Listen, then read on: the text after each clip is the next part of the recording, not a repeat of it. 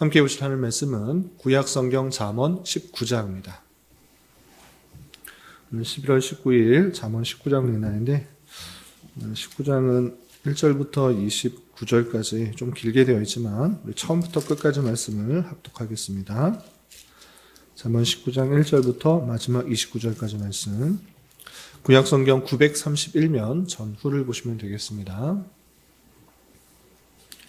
1절부터 함께 봉독합니다. 가난하여도 성실하게 행하는 자는 입술이 패역하고 미련한 자보다 나으니라. 지식 없는 소원은 선하지 못하고 발이 급한 사람은 잘못 가느니라. 사람이 미련함으로 자기 길을 굽게 하고 마음으로 여호와를 원망하느니라. 재물은 많은 친구를 더하게 하나 가난한즉 친구가 끊어지느니라. 거짓 증인은 벌을 면하지 못할 것이요 거짓말을 하는 자도 피하지 못하리라. 너그러운 사람에게는 은혜를 구하는 자가 많고 선물 주기를 좋아하는 자에게는 사람마다 친구가 되느니라. 가난한 자는 그의 형제들에게도 미움을 받거든 하물며 친구야 그를 멀리하지 아니하겠느냐. 따라가며 말하여야 할지라도 그들이 없어졌으리라. 지혜를 얻는 자는 자기 영혼을 사랑하고 명철을 지키는 자는 복을 얻느니라. 거짓 증인은 벌을 면하지 못할 것이요 거짓말을 뱉는 자는 망할 것이니라. 미련한 자가 사치하는 것이 적당하지 못하거든 하물며 종이 방백을 다스림이랴. 노하기를 더디하는 것이 사람의 슬기요 허물을 용서하는 것이 자기의 영광이니라. 왕의 노함은 사자의 부르짖음 같고 그의 은택은 풀 위에 이슬 같으니라. 미련한 아들은 그의 아비의 재앙이요 다투는 아내는 이어 떨어지는 물방울이니라. 집과 재물은 조상에게서 상속하거니와 슬기로운 아내는 여호와께로서 말미암느니라. 게으름이 사람으로 깊이 잠들게 하나니 태만한 사람은 줄일 것이니라. 계명을 지키는 자는 자기의 영혼을 지키거니와 자기의 행실을 삼가지 아니하는 자는 죽으리라. 가난한 자를 불쌍히 여기는 것은 여호와께 구워 드리는 것이니 그의 선행을 그에게 갚아 주시리라. 내가 내 아들에게 희망이 있은즉 그를 징계하되 죽일 마음은 두지 말지니라. 노하기를 맹렬히 하는 자는 벌을 받을 것이니라. 내가 그를 건져주면 다시 그런 일이 생기리라. 너는 권고를 들으며 훈계를 받으라. 그리하면 내가 필경은 지혜롭게 되리라. 사람의 마음에는 많은 계획이 있어도 오직 여호와의 뜻만이 완전히 서리라. 사람은 자기의 인자함으로 남에게 사모함을 받느니라. 가난한 자는 거짓말하는 자보다 나으니라. 여호와를 경외하는 것은 사람으로 생명에 이르게 하는 것이라. 경외하는 자는 족하게 지내고 재앙을 당하지 아니하느니라. 게으른 자는 자기의 손에 그릇을 넣고서도 입으로 올리기를 괴로워하느니라. 거만한 자를 때리라. 그리하면 어리석은 자도 지혜를 얻으리라. 명철한 자를 견책하라. 그리하면 그가 지식을 얻으리라. 아비를 구박하고 어미를 쫓아내는 자는 부끄러움을 끼치며 능욕을 부르는 자식이니라. 내 아들아 지식의 말씀에서 떠나게 하는 교훈을 듣지 말지니라. 망령된 증인은 정의를 업신여기고 악인의 입은 죄악을 삼키느니라.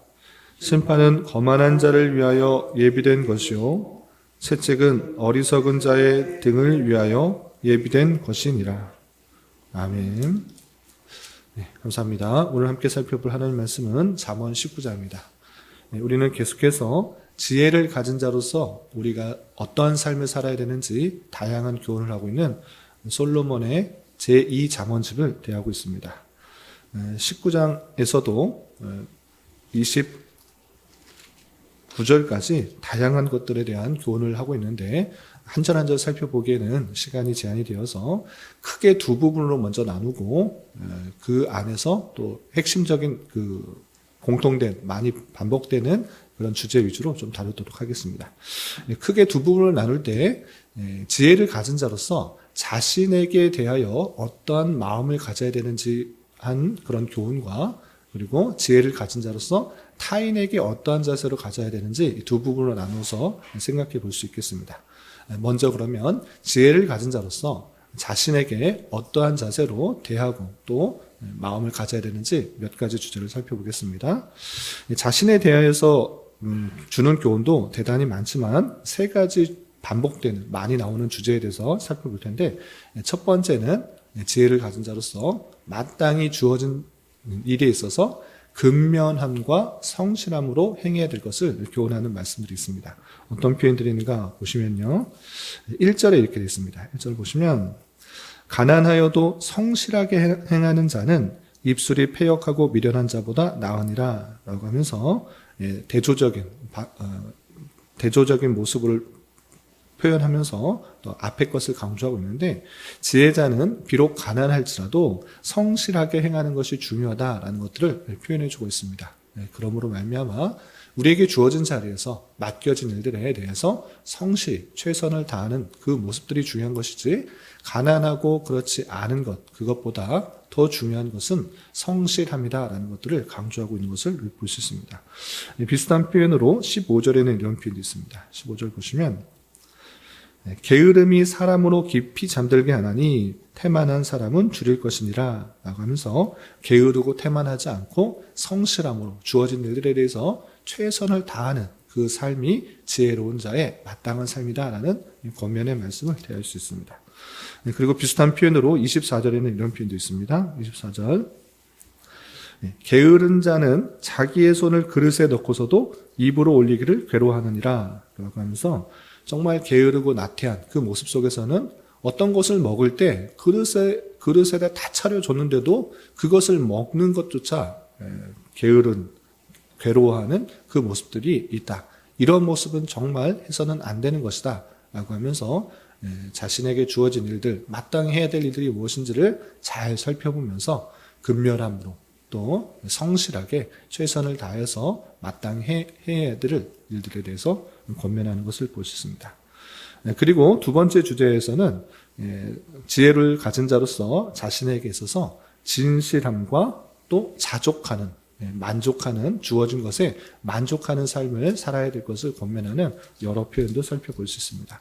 어떤 표현들이 있는가 보시면 5절에 이렇게 되어 있습니다. 5절 보시면 거짓 증인은 벌을 면하지 못할 것이요 거짓말을 하는 자도 피하지 못하리라 하면서 어떤 일들에 대해서 자꾸 거짓하고 그 위기를 모면하기 위해서 잘못 말하는 것, 진리를 말하지 않는 그런 사람들은 벌을 변하지 못할 것이고 또 벌을 피하지 못할 것이다 라는 것을 통해서 더욱더 주어진 자리에서 정직함으로 삶을 살아야 될 것을 권면하는 말씀을 살펴볼 수 있습니다.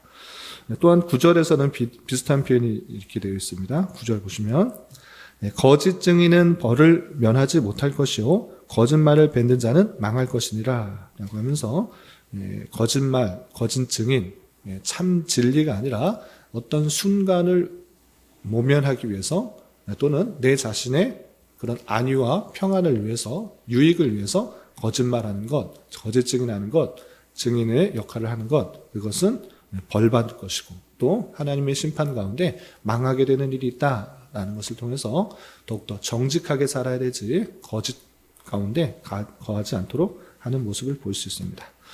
그리고 주어진 것에 더욱더 자족하고 하나님께서 주신 것으로 아는 그런 만족과 자족을 권면하는 그런 내용들이 있는데요. 어떤 내용들이 있는가 보시면 14절에 이런 표현이 있습니다. 14절 보시면 집과 재물은 조상에게서 상속하거니와 슬기로운 아내는 여호와께로 말미암느니라 라고 하면서 집과 재물 이것은 조상에게서 물려받는 것인 줄 알아. 그것은 조상 탓하지 말고 또 윗사람 탓하지 말고 그것을 받은 것을 만족하며 살 것을 말하는 것이고 또 슬기로운 아내는 여호와께서 주신 것으로 알아 그것을 만족하고 또 감사하는 삶을 살아야 될 것을 권면하는 그 모습을 볼 수 있습니다. 이렇게 지혜를 가진 자로서 거짓 잘못한 것에 집중하지 않고 더욱더 정직한 모습으로 주어진 것에 만족하는 삶을 권면하는 다양한 표현들을 살펴볼 수 있습니다. 그리고 19장에 가장 많이 등장하는 것이 무엇인가라고 할 때 온전한 자각, 내가 생각을 분명히 하고 자신의 부족함과 연약함을 깨달아서 더욱더 하나님을 의지하고 하나님의 계명을 좇아 살아야 된다. 이른바 하나님을 경외하는 모습으로 살아야 된다라는 그런 표현이 많이 등장하고 있습니다. 그 내용들을 좀 보시면 이렇게 되어 있습니다. 2절과 3절에 자신의 자각 없음을 분명히 하고 올바른 것을 깨달으라는 그런 교훈의 말씀이 2절과 3절에 이렇게 되어 있습니다. 2절, 3절 보시면 지식 없는 소원은 선하지 못하고 발이 급한 사람은 잘못 가느니라 라고 하면서 지식, 참된 지혜가 없을 때는 그 소원이 참다운 것을 이루지 못하고 올바른 길로 가지 못하게 한다라고 표현하고 있는 것입니다. 그리고 발이 급한 사람은 잘못 가느니라. 가기는 가는데 내가 어디로 가야 되는지를 못하고 급히 가는 그 모습들. 그렇게 되면 잘못 가게 되는 줄 알아. 바른 지식과 또 지혜 가운데, 진리 가운데 올바른 것을 좇아 그것으로 나아가야 된다라는 것들을 교훈하는 말씀을 살펴볼 수 있습니다. 또 비슷한 표현으로 3절에는 이렇게 되어 있습니다. 3절 보시면 사람이 미련함으로 자기 길을 굽게 하고 마음으로 여호와를 원망하느니라 라고 표현했습니다.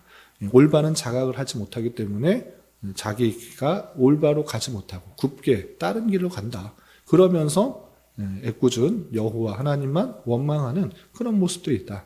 그러지 말고 자신의 부족함과 연약함을 정직하게 깨달아 여호와께서 원하시는 것들이 무엇인지를 알아야지 내가 가는 길이 비록 내 생각과 다를지라도 원망과 불평, 낙담과 좌절하는 것이 아니라 이것조차 하나님께서 사람을 마음을 단련시키게 하기 위한, 성화시키기 위한 수단이구나라는 것들을 깨달아 원망하지 않고 감사할 수가 있는 것입니다. 그러나 그 모든 지혜, 모든 그 섭리의 내용들, 참된 지식이 없을 때는 자기도 잘못 가고 또 여호와 하나님만 원망하는 그런 일들밖에 없다라고 하면서 자신의 부족함과 연약함을 깨달아 참된 진리, 지식, 지혜를 가져야 된다라는 것들을 강조하는 것을 볼 수 있습니다. 또한 8절에는 이런 표현이 있습니다. 8절 보시면 지혜를 얻는 자는 자기 영혼을 사랑하고 명철을 지키는 자는 복을 얻느니라 라고 하면서 무엇보다 힘써 구하고 찾고 얻어야 될 것이 이 땅에 금이나 은이나 보석이나 명예나 이런 것들이 아니라 참된 지혜다라는 것들을 강조하면서 그 참된 지혜를 가진 자로서 그 가지게 되면 마땅히 자기 영혼이 얼마나 귀한지 또 하나님께서 나를 택하여 주시고 참된 지혜를 주시고 예수 그리스도를 믿게 하여 주셨다라는 그 사실에 참된 감사가 있고 또 그런 자에게 하나님의 놀라운 복이 임하게 된다라는 것들을 강조하는 것을 볼 수 있습니다. 또한 16절에 이런 표현도 있습니다. 16절 계명을 지키는 자는 자기 영혼을 지키거니와 자기 행실을 삼가지 아니하는 자는 죽으리라 라고 하면서 자기의 완전하지 않은 부족함, 연약함들을 깨달아 하나님께서 주신 말씀, 그 계명을 지켜서 사는 것이 마땅하구나라는 것을 깨달아 주신 계명을 열심으로 지키는 것입니다. 그러할 때 그 영혼이 온전하게 될 수 있다는 것을 교훈하고 있고 또한 자기의 행실을 자기의 소욕대로 하고 싶은 대로 자기의 정욕대로 하고 싶은 걸 한 거 아니고 그것을 삼가하여서 하나님의 말씀대로 살아가는 그런 삶을 살아가야 될 것이지 그렇지 않은 자는 죽게 된다라고 엄히 경고하고 있는 그 모습을 볼 수 있습니다. 비슷한 표현으로 27절에는 이런 표현도 있습니다. 27절 27절 내 아들아 지식의 말씀에서 떠나게 하는 교훈을 듣지 말지니라 라고 하면서 하나님의 그 말씀이 있을진데 그 말씀대로 살아가기에 힘써야 되지 내 생각과 내 판단, 내 계획 이것대로 행하지 않도록 하나님의 말씀에 더욱더 귀를 기울이라는 교훈의 말씀을 살펴볼 수 있습니다. 또 20절에도 비슷한 표현이 이렇게 되어 있습니다. 20절 보시면 너는 권고를 들으며 훈계를 받으라. 그리하면 내가 필경은 지혜롭게 되리라. 라고 하면서 내 생각, 내 판단, 내 계획이 항상 옳다. 이런 식으로 생각하지 말고 하나님께서 주신 말씀, 그 말씀에 비추어서 잘못된 것이 있으면 기쁘게 그 마음과 생각을 고쳐 나가는 것, 권고를 듣기를, 훈계를 받기를 즐거워하는 것, 그것이 마땅한 지혜자의 모습이다라는 것들을 권면하는 것을 볼 수 있습니다. 여러 구절이 더 있는데요. 한 구절만 보시면 이렇게 되어 있습니다. 23절 이런 표현이 있습니다. 23절 여호와를 경외하는 것은 사람으로 생명에 이르게 하는 것이라. 경외하는 자는 족하게 지내고 재앙을 당하지 아니하느니라 라고 하면서 지혜 있는 자로서 마땅히 우리를 창조하시고 또 구원하시고 다스리시는 그 여호와 하나님에 대해서 두려운 마음으로 사랑하고 섬기는 그 경외함을 가져야 된다라고 표현하고 있는 것입니다. 이렇게 하나님의 놀라운 은혜로 지혜를 받은 자로서 더욱더 자신의 부족함과 연약함, 죄악성, 그 죄성들을 깊이 깨달아 내가 하고자, 내 생각대로 하고자 하는 것이 아니라 나의 연약함을 주님께 아뢰어 주님께서 주신 말씀, 훈계, 또 권고를 들으며 내 생각을 바꿔나가려고 계속적으로 하는 그런 자세, 그것이 아주 중요한 삶이라는 것들을 알 수 있습니다. 그리고 그 하나님께 더욱더 두려운 마음으로 사랑하고 섬기는 경외의 모습들을 가져야 된다는 것들을 살펴볼 수 있습니다. 이렇게 지혜를 가진 자로서 마땅한 자신에게 대한 그런 여러 가지 교훈들을 살펴볼 수 있었는데 더 하기보다는 다시 한번 세 가지로 요약하면 첫 번째 주어진 일에 대해서 근면함과 성실함과 최선을 다하는 자세로 살아가야 되는 그런 모습이 있어야 될 것이고 두 번째는 진실함과 자족함을 가지고 거짓, 당장의 위기와 또 어려움을 벗어나기 위한 또는 나의 유익과 이익을 위한 거짓에 치우는 것이 아니라 항상 정직함으로 나아가야 될 것이고 또 주어진 것에 자족하는 마음으로 살아가는 그런 자세가 되어야 될 것입니다. 그리고 온전한 자각을 통해서 더욱더 하나님께서 주신 말씀을 지키는 그 경외한 모습으로 나아가는 것, 그것이 자신에게 있어서 마땅히 해야 될 지혜자의 모습이다, 이렇게 생각하면 될 것입니다. 그럼 타인에게 대해서는 어떻게 되는가? 또 여러 가지 교훈들이 있는데 세 절만 찾아보겠습니다. 먼저 6절에 이렇게 되어 있습니다. 6절 19장 6절 보시면 너그러운 사람에게는 은혜를 구하는 자가 많고 선물 주기를 좋아하는 자에게는 사람마다 친구가 되느니라 라고 표현하고 있습니다. 사람과의 관계에 있어서 인색함으로 나만 생각하지 말고 너그러운 사람을 되어라, 또 선물을 주어라, 이렇게 표현하고 있는 것입니다. 그럴 때 사람과의 관계가 더욱더 친해지고 또 유해지는 줄 알아. 넉넉한 마음으로 내게 주신 많은 그런 기회, 다양한 기회는 나만을 위해서 쓰라고 있는 것이 아니라 하나님께서 나에게 맡겨주신 기회로 알아. 건강, 또 재물, 여러 가지 재능들을 나만을 위해서 쓸 것이 아니라 주변 사람들을 위해서 너그러운 마음으로 베풀고 또 도와줄 수 있는 그런 자세가 되어야 된다는 것들을 살펴볼 수 있습니다. 또 비슷한 표현으로 22절에는 이런 표현도 있습니다. 22절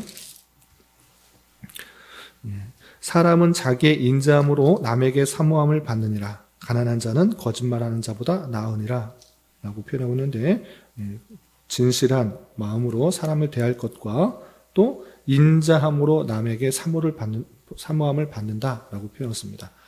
사람을 대할 때 인자한 마음으로, 인색함으로 대하는 것이 아니라 인자한 마음으로 사랑으로 대하고 또 보살펴 줄 수 있는 그런 마음들, 그런 것이 마땅한 자세다라는 그런 교훈들을 살펴볼 수 있습니다. 그리고 한 구절만 더 보시면 17절에 이런 표현이 있습니다. 17절에 보시면 아주 독특한 표현이 있는데요. 가난한 자를 불쌍히 여기는 것은 여호와께 구워드리는 것이니 그의 선행을 그에게 갚아주시라, 이렇게 표현하고 있습니다. 가난한 자가 우리 주변에 있는 것입니다.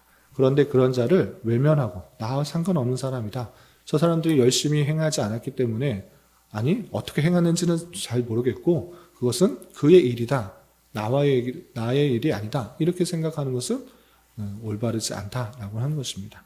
그 가난한 자가 있을 때 불쌍히 여기는 마음, 긍휼히 여기는 마음, 그 마음을 가지고 도움을 주라. 내가 가진 것에 대해서 도움을 주는 것, 그것이 중요하다라고 하는데 그 표현을 아주 독특하게 하고 있습니다. 어떻게 하고 있습니까? 여호와께 구워드리는 것이다 라고 표현했습니다. 하나님께서 모든 것들을 창조하셨을 뿐만 아니라 모든 것을 주시는 분이신데 여호와께 구워드리는 것이라는 표현을 하고 있는 것입니다.